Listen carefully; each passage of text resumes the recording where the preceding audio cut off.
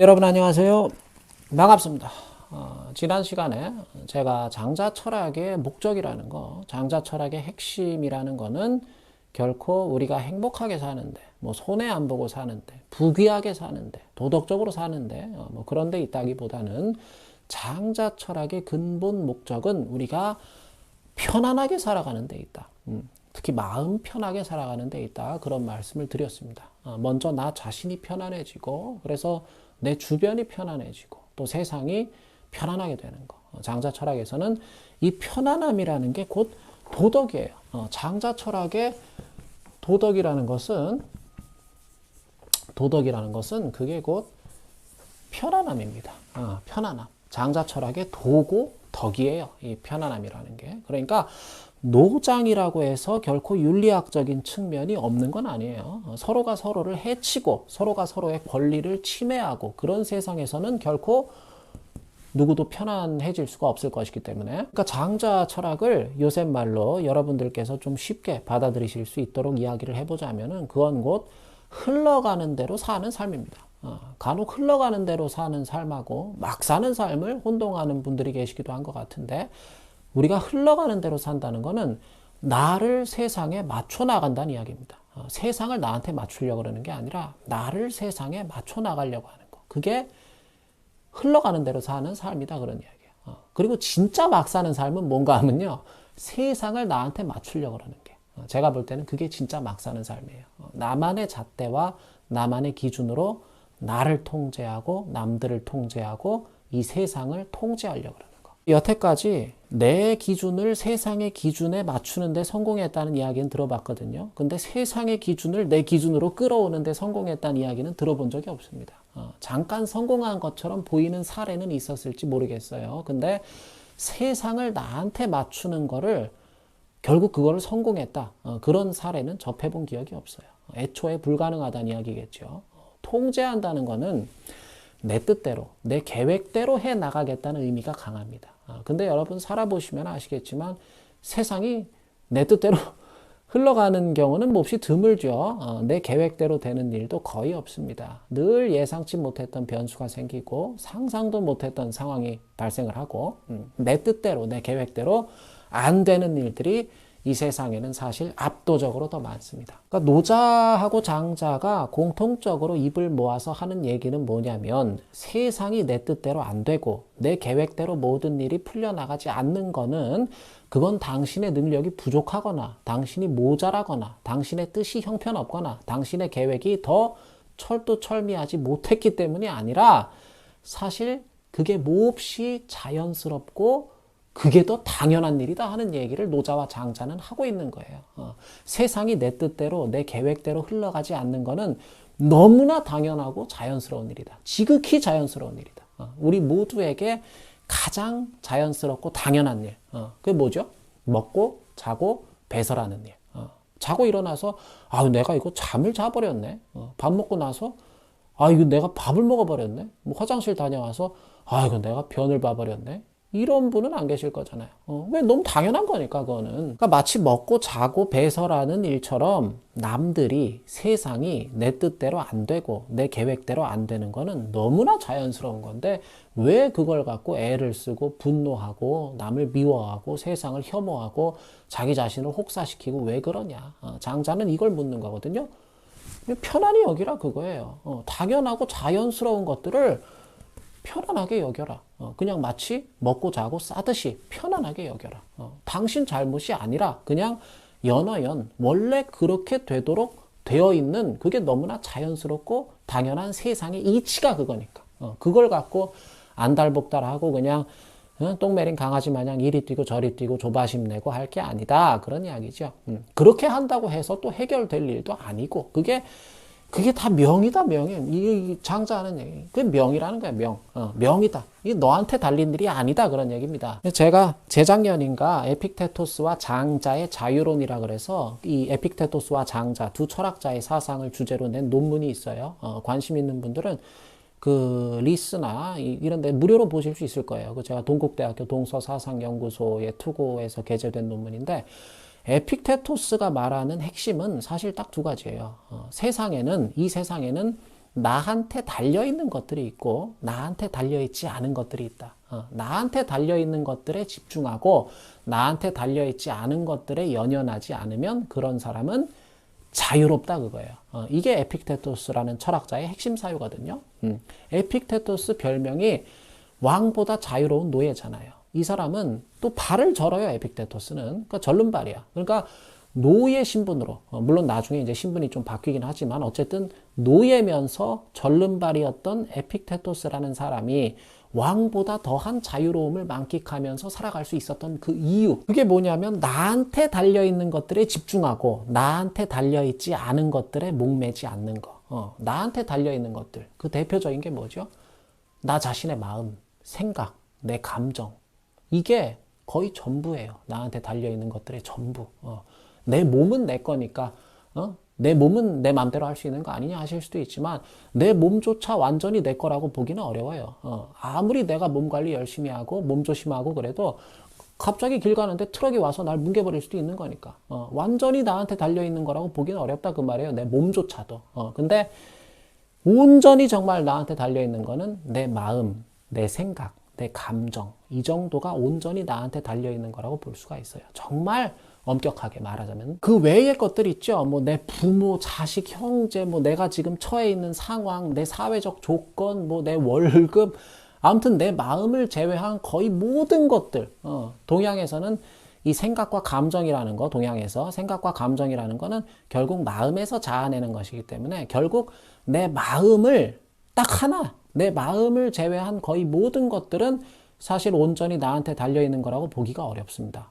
온전히 나한테 달려있지 않다고 함은 온전히 내 힘만으로 바꿀 수가 없는 것들이다. 그런 이야기예요. 뭐 부모, 자식, 형제 못 바꾸는 거죠. 뭐 다시 태어나지 않는 이상 못 바꾸는 거고 월급도 월급 좀 올려달라 그럴래도 어쨌든 가서 뭐 상사를 설득을 하든 사장을 설득하든 뭐 남이 개입을 해야 되는 거잖아요. 어쨌든 그것도 남의 마음이 뭐가 됐든 뭐 학력도 그래요. 학력도 내가 뭐 수능 다시 쳐서 대학을 다시 가보겠다. 그럼 벌써 몇 명이 개입돼 벌써 거기. 시험 문제를 출제하는 사람들부터 그날 수능 시험 당일날 같은 고사장에서 나랑 같이 앉아가지고 시험 치는 다른 수험생들까지 다 개입이 되는 거예요 벌써. 그 시험 문제 출제하는 출제자가 내가 잘 모르는 문제들만 내거나 옆에 앉은 수험생이 괜히 그 당일날 수능 당일날 옆에서 킁킁거리고 코 풀고 기침하고 재채기하고 그러면 그들이 의도했든 의도하지 않았던 내가 영향을 크든 작든 받게 되기 때문에 이렇게 보면은 내 이 세상에 내 노력과 의지를 통해서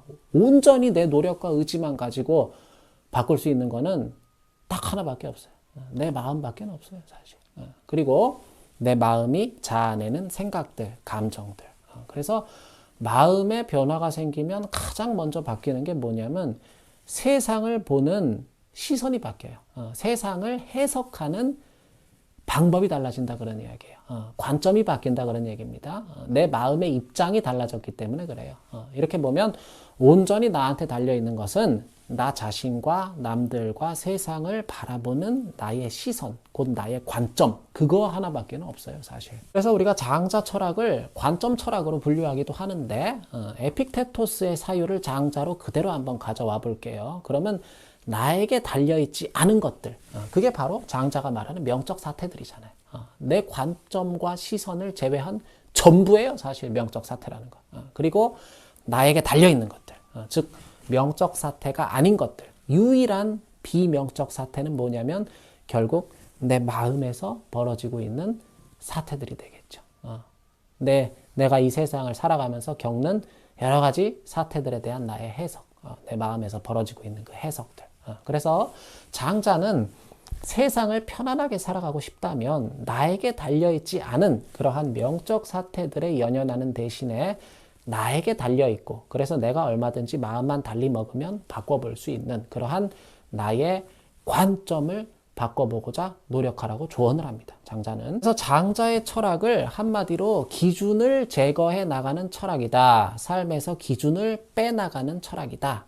뭐 뺀다는 표현이 좀 그러면 내 삶에서 기준을 덜어내 나가는 철학이다. 그렇게 이야기를 하기도 합니다. 관점과 입장이라는 거는 기준이 없으면 생기지를 않아요.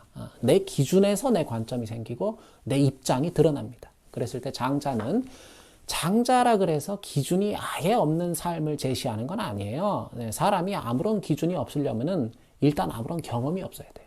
근데 살면서 아무런 경험을 하지 않는 사람은 있을 수가 없죠.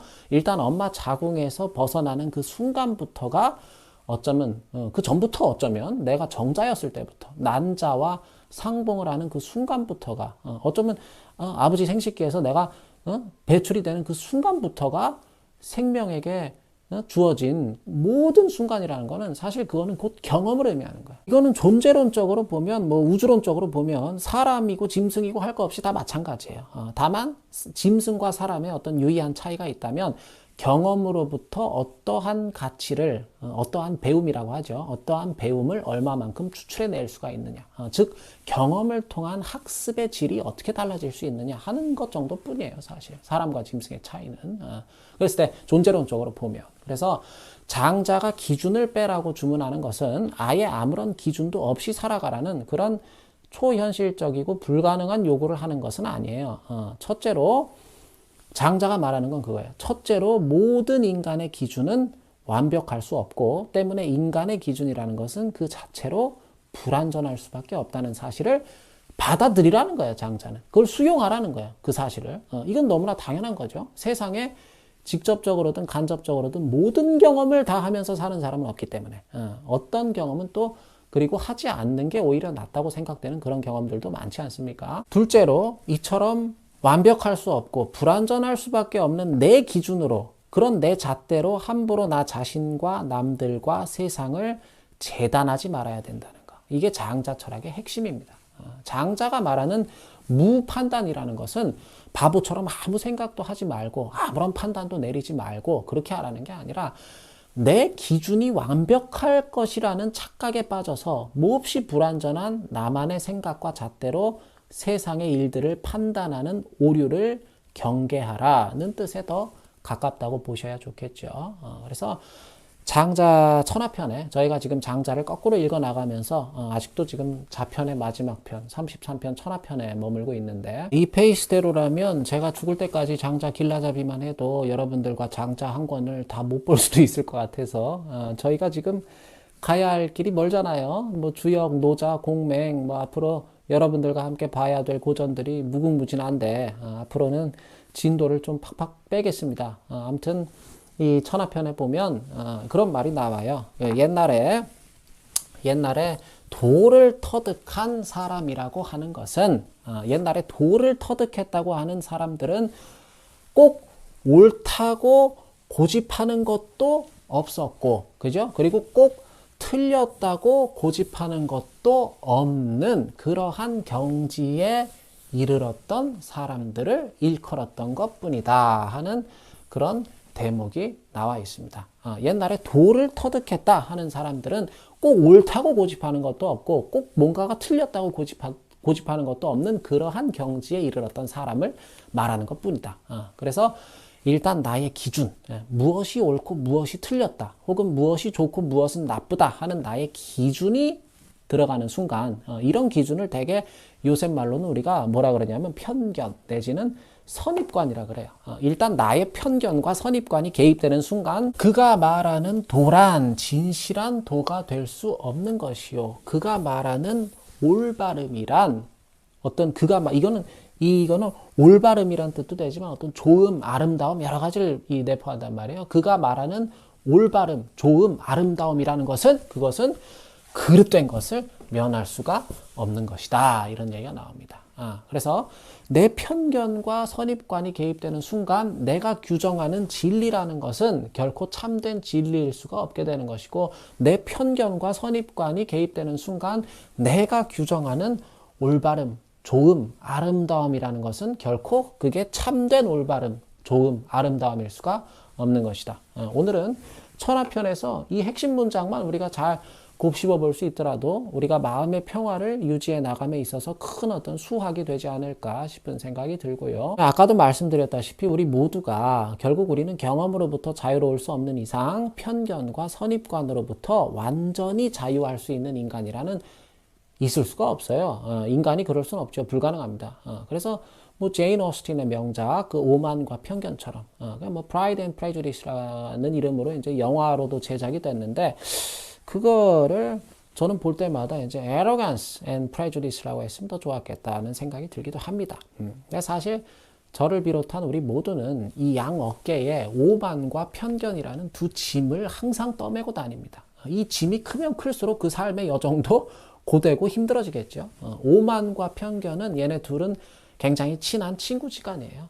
편견이 커지면 오만도 커지고 오만한 사람에게는 그만큼 편견도 더 많이 자리하고 있는 경우가 많아요. 장자라고 해서 오만과 편견을 그냥 싸그리 제거하라 하는 그런 무리한 요구는 하지 않습니다. 애초에 그게 안 되는 일임을 잘 알기 때문에. 근데 다만 내가 틀릴 수도 있다는, 그리고 옳고 그름은 보는 관점과 처한 입장에 따라서 얼마든지 달라질 수 있다는, 또 좋고 나쁨, 아름다움과 추함은 어디까지나 상대적인 가치에 불과하다는, 아까 제가 말씀드린 내 기준은 완벽한 것이 아니다 하는, 그래서 내 기준은 늘 불완전하다 하는 생각을 항상 품고 살아가라, 그런 이야기예요. 그렇게 하는 까닭은 겸손을 떨기 위해서가 아니라 나 자신이 보다 편안하게 살아갈 수 있기 위해서 그렇게 하라는 거고. 그래서 요즘 분들은 이제 과학적인 연구 결과 이런 걸 좋아하시니까 제가 뭐 연구 결과를 하나 말씀드리면, 완벽주의를 추구하는 사람의 유의한 특징 가운데 하나가 뭐냐면 바로 낮은 자존감이라 그럽니다. 인간은 누구나 조금씩은 부족하고 모자랍니다.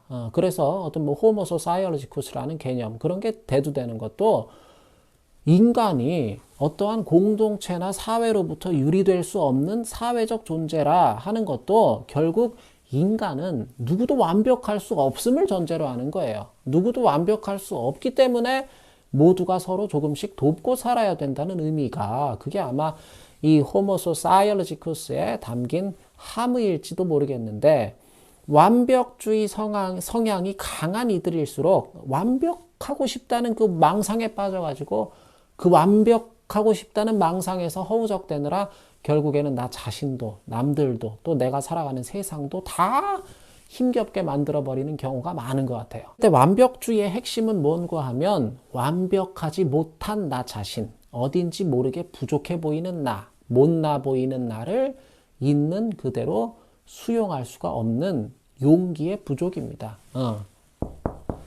그걸 편안하게 못 받아들이는 거야. 부족한 나를. 사실 그 뭐 용기랄 것도 없어요. 아까 말씀드렸듯이 인간이 완벽하지 못하고 어딘가 빠지는 거, 그런 거는 먹고 자고 싸는 것처럼 몹시 자연스럽고 당연한 겁니다. 모든 인간이. 근데 그 자연스럽고 당연한 거를 받아들이지 못하게 될 때 우리는 괴로워지는 거고, 완벽주의가 낮은 자존감하고 연결이 되는 이유는, 학계에서는 우리가 보통 자아존중감이라고 그렇게 표현을 많이 하는데, 자아존중감이니 뭐 자존감이니 하는 것들이 이게 우리한테 익숙한 말로 하면 뭐냐면 그냥 자신감이에요. 자신감. 자신감이라는 건 말 그대로 스스로 나를 믿는 느낌입니다. 그게 내가 나를 믿고 있다는 그 느낌. 스스로 나 자신을 믿지 못하는 사람은 누구도 믿지를 못해요. 그래서 완벽주의를 추구하는 사람들의 또 다른 유의한 특성 가운데 하나가 뭐냐면, 이들은 의심이 많아요. 의심이 전부 조금씩은 의심병 환자들이에요. 나를 믿지 못하면서 남을 믿는다는 건 말도 안 되는 얘기예요. 남을 믿지 못하면서 세상을 믿는다는 건 더 말도 안 되는 얘기입니다. 그러니까 괴로운 거야, 이 사람들은. 믿을 놈 하나 없는 세상에 살아가고 있기 때문에 괴로울 수밖에 없죠. 지옥이 있다면 그런 데가 지옥이 아닐까 싶어요. 믿을 놈 하나 없는 세상. 그게 지옥이지 못한 게 지옥이겠어요. 그랬을 때 스스로 완벽하고 싶다는 욕심을 살며시 내려놓고 내 기준을 조금씩 빼나가다 보면, 여러분 한번 해보십시오. 서서히 믿을 놈들이 보이기 시작할 것이고, 내가 믿을 수 있고 또 나를 믿어주는 이들이 서서히 생기기 시작할 것입니다. 그래서 어느 유명한 사진작가분이 인도에 가셔서 아주 그냥 그 뭐 재벌집, 부잣집 사진부터 시작해서 그 겐지스강 거기 그냥 거기서 구걸하는 거지들, 뭐 또 말도 못한 그런 표현도 못할 정도의 그런 빈민가에 이르기까지 수천 장, 거의 뭐 만 장의 사진을 다 찍었대요. 어떤 사진 작가가. 그리고 그 사진을 전부 하나로 합성을 해가지고 한 장의 사진으로 만들었대요. 그랬더니 그냥 뭐 회색 빛깔 비슷한 그런 사진이 되더랍니다. 그리고 그분이 한국에 와서 또 뭐 영등포인가 어디를 가가지고 아주 그냥 뭐 바쁘게 출근하는 사람서부터 그냥 그 막 그 뭐 고시생들 뭐 쪽방촌부터 그냥 뭐 주상복합 고급 주택 아파트에 이르기까지 그냥 오만 사진을 또 그렇게 한 10,000장을 찍었대요. 그리고 똑같이 인도에서 찍은 것처럼 똑같이 그걸 한 장의 사진으로 합성을 했대요. 그랬더니 그 사진 역시 약간 그냥 회색 빛깔, 비슷한 그런 사진이 나오더랍니다. 어쩌면 우리 세상에 빛깔이 있다면 이렇게 약간 회색 빛깔, 비스무리한 게 아닐까 싶어요, 저는. 여기서 뭐 이런 세상에서 나는 명확한 흑이다, 나는 또 명확한 백이다 하는 사람이 오히려 더 바보 같은 사람일지도 모르겠습니다. 내 입장은 관점에서 생기고 관점은 기준에서 생기고 기준은 경험에서 생겨납니다. 그리고 우리 모두의 경험은 몹시 제한적이고 불완전합니다. 그 경험에 이제 해석까지 막 들어가게 되면 경험에는 더 한계가 많아지고 더 불완전해져요. 경험이라는 거는. 그래서 장자는 살면서 그래도 인간이 경험을 뺄 수는 없으니, 경험을 안 하고 살 수는 없으니 차선으로 기준을 좀 빼고 살아보자고 권유를 하는 겁니다. 내 기준이 완벽해질 수 있다는 오만을 버리고, 내 기준으로 남들과 세상을 재단하는 그런 오만을 버리고, 타인의 기준이 완벽하지 못할 거다 하는 그런 편견을 버리고, 타인의 기준이 틀리고 나쁘다 하는 편견을 버리고, 우리 모두의 기준은 완벽할 수 없고 또 조금씩은 다 불완전하기 때문에 내 관점에서는 좋고 옳고 아름다운 것이 또 다른 누군가의 관점에서는 나쁘고 틀리고 추할 수도 있음을 늘 그걸 좀 리마인드 하면서 살아갈 수 있는 그런 삶의 지혜. 그리고 세상 만사가 내 뜻대로 내 계획대로 되지 않는다 하는 것은 마치 하늘에서 비가 내리고 또 때가 되면 계절이 바뀌듯이 몹시 자연스럽고 당연한 일이다 하는 것을 받아들일 수 있는 그런 삶의 지혜, 이 두 가지를 꼭 기억하시면서 남은 명절 연휴를 편안하게 또 평화롭게 잘 보내실 수 있었으면 좋겠습니다. 네, 이것으로 마치겠습니다. 감사합니다.